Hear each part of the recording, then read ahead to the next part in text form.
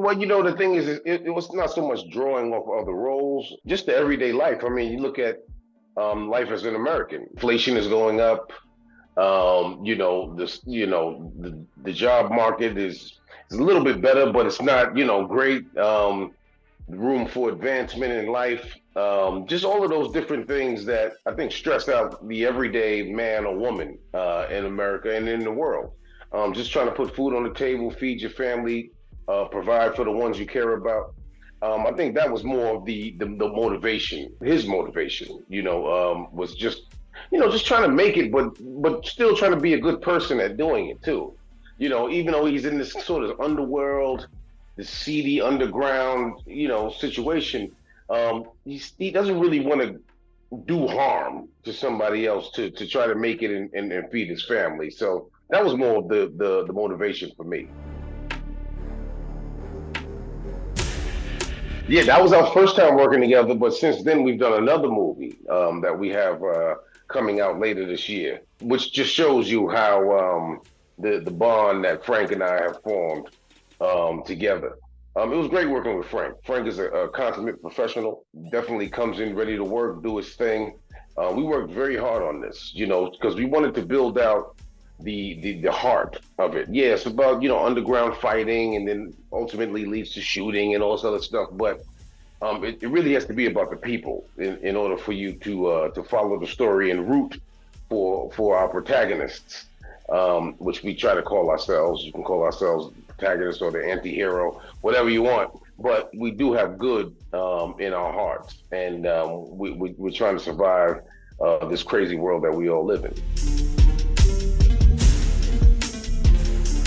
Yeah, well, I have, aside from this project, I have 3 other projects coming out this year. One is called the Silent Hour with Joel Kinnaman and Mark Strong and a bevy of other great actors, Sandra May Frank. And then, yeah, the other one is called Land of Grace as of now with Frank Grillo. Just a bunch of wonderful actors. I'm not going to name drop everybody, but so just been busy. We had that SAG strike last year, which kind of held up some of the projects as far as being promoted.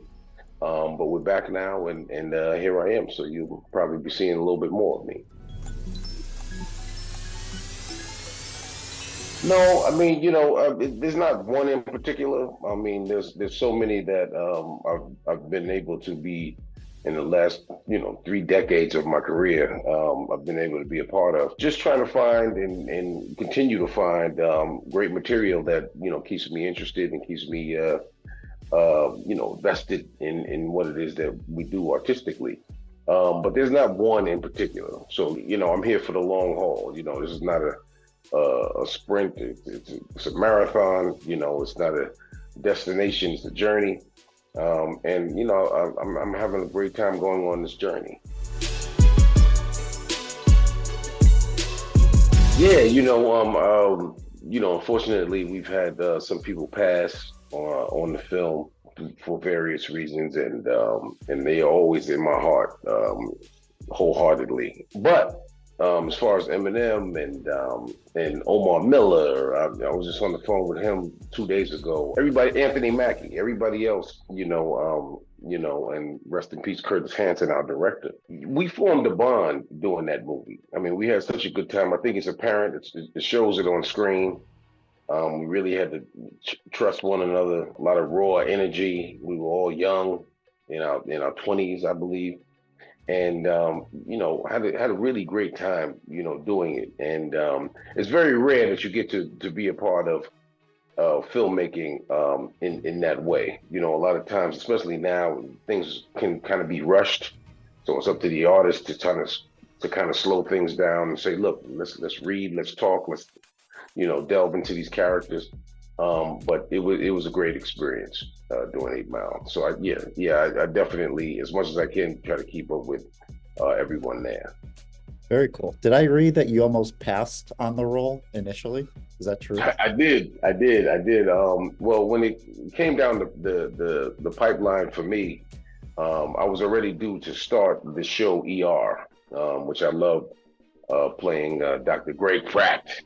And I was excited about doing that. And when I got offered the role in 8 Mile, I didn't really take it seriously, except for Curtis Hanson, who he had already done L.A. Confidential and Wonder Boys and a bunch of other great things, and I really respected him as a director and a storyteller. And it was right after it was right around 9/11, so flying somewhere was like crazy talk because I was in Los Angeles and they wanted me to fly to Detroit to meet with Eminem and meet those guys and I just was like, well, this doesn't make sense. Let me just go and do this, be this doctor. I never played a doctor before. I was really excited about that. So it took some convincing, but I flew to Detroit. I read the script.